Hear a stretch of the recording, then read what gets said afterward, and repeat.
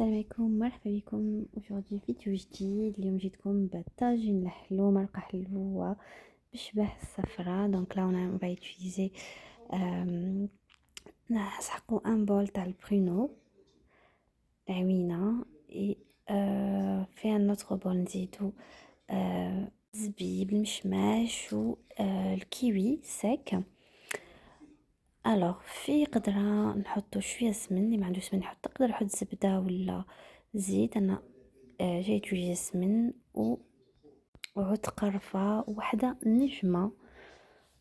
خليت السمن يذوب، ومن بعديكا في لو ميم بول اللي utiliزيتو بور لي فروي سيك درت سكر، بصح نقصت شويه عجل باش ما يجينيش سكر بزاف.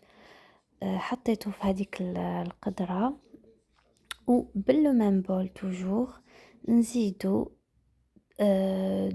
دوكو دو بول دو، زوز دو بول تاع الماء فوالا كيما تشوفوا، ونخلطوه حتى يذوب هذاك السكر. نخليوه شوي سور ان فو دو، ومن بعد كنزيدو لي فروي ساك. انا حطيت مع الاول حطيت المشماش والغيزان، ونخليوهم يطيبوا على نار هاديه بوندون انفيرون 10 دقائق. نغطيو عليهم ونخليهم يطيبوا 10 دقائق، ومن بعد كنزيدوهم لي برينو، هما العوينه، العين بقره، كل واحد كيفاش يقولها. نزيدوهم ونزيدو الكيوي.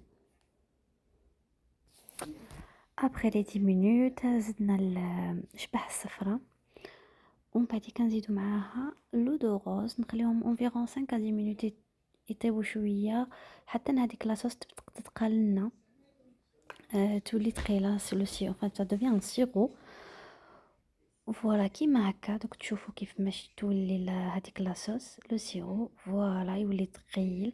لتما نزيدو شويه لو دو روز ماء الزهر ونطفوا عليه.